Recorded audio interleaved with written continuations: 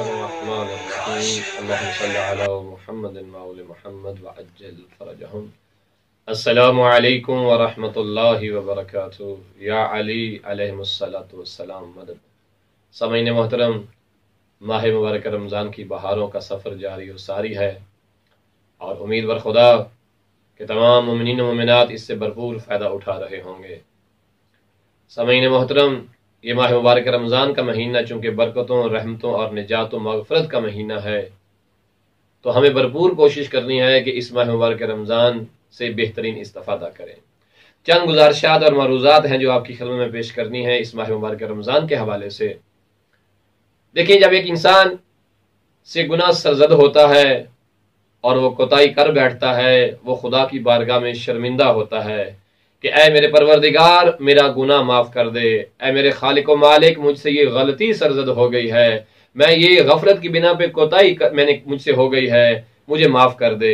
اب پروردگار کی مرضی ہے کہ وہ اس اپنے بندے اور اس انسان کا وہ گناہ، وہ کوتاہی معاف کرے یا نہ معاف کرے۔ لیکن سامعین محترم، ماہ مبارک رمضان کی خصوصیت یہ ہے کہ 11 مہینوں میں انسان گناہ اگر کرتا ہے اور خدا کی بارگاہ میں آتا ہے، توبہ کرے، نہیں معلوم صحیح کر پائے گا، آگے سے کوئی جواب آئے گا یا نہیں آئے گا، لیکن واحد مہینہ ہے انسان کی بدحالی کو بہتر حال میں تبدیل کرنے کے لیے، اور وہ ہے ماہ مبارک رمضان کا مہینہ، کہ جب تم نے 11 مہینوں کے اگر گناہ اکٹھے کر کے بھی لے آؤ تو پروردگار کہہ رہا ہے کہ آؤ ماہ مبارک رمضان میں، یہ نجات کا مہینہ ہے، یہ مغفرت کا مہینہ ہے، یہ برکتوں کا مہینہ ہے۔ اس ماہ مبارک رمضان میں میری بندگی کرو، روزہ رکھو اور متقی بن جاؤ۔ جب تم روزہ رکھ کے متقی بن جاؤ گے تو تمہارا خالق و مالک تم پہ راضی ہو جائے گا۔ تو سامعین محترم، جس طرح آیت مبارکہ میں بھی ارشاد ہے کہ یا ایھا الذین آمنوا کتب علیکم الصیام کما کتب علی الذین من قبلکم لعلکم تتقون، اگر اس آیت کے مفہوم کو سمجھا جائے تو میرے خیال میں بہت ہی آسان طریقہ ہوگا، اور وہ یہ کہ خدا جو قرآن میں ارشاد فرما رہا ہے اور کہہ رہا ہے کہ اے ایمان والو، تمہارے اوپر روزے فرض کیے گئے ہیں جیسا کہ تم سے پہلے لوگوں پہ فرض کیے گئے تھے۔ پہلے لوگوں پہ جو روزے فرض کیے گئے ہیں یا اس امت محمدیہ پہ روزے جو فرض کیے گئے ہیں، ان دونوں کا فلسفہ کیا ہے؟ قرآن کہہ رہا ہے لعلکم تتقون، تاکہ تم متقی بن جاؤ۔ تو میرا دل یہ کہتا ہے کہ روزے کا مطلب یہ ہے کہ انسان کا متقی بننا، اور کتنا ہی عظیم ہوگا وہ انسان کہ جو روزہ رکھ کے متقی بنے اور اس کا امام المتقین علی ابن ابی طالب قرار پائے۔ تو محور مرکز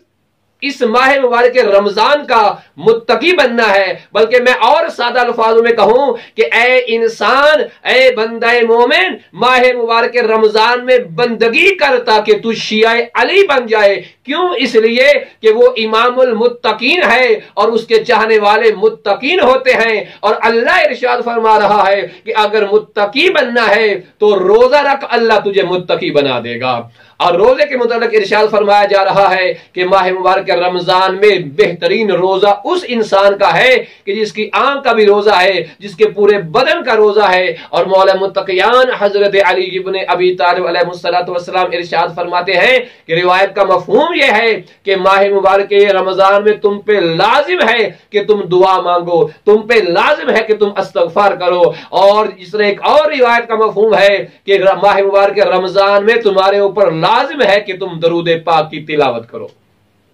سامعین محترم،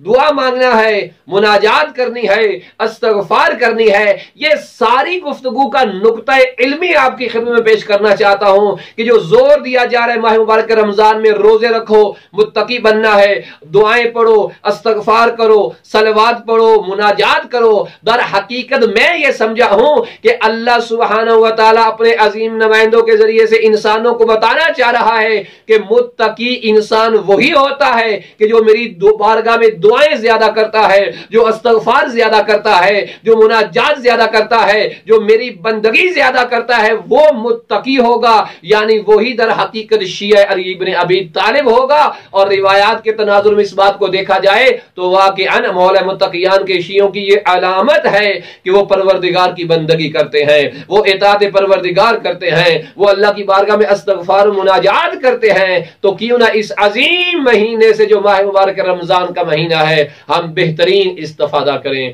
دعا گو ہوں بارگاہ الہی میں کہ پروردگار اس عظیم مہینے سے ہمیں بہترین استفادہ کرنے کی توفیق عنایت فرما۔ وصلی اللہ علی محمد و آلہ الطیبین الطاہرین۔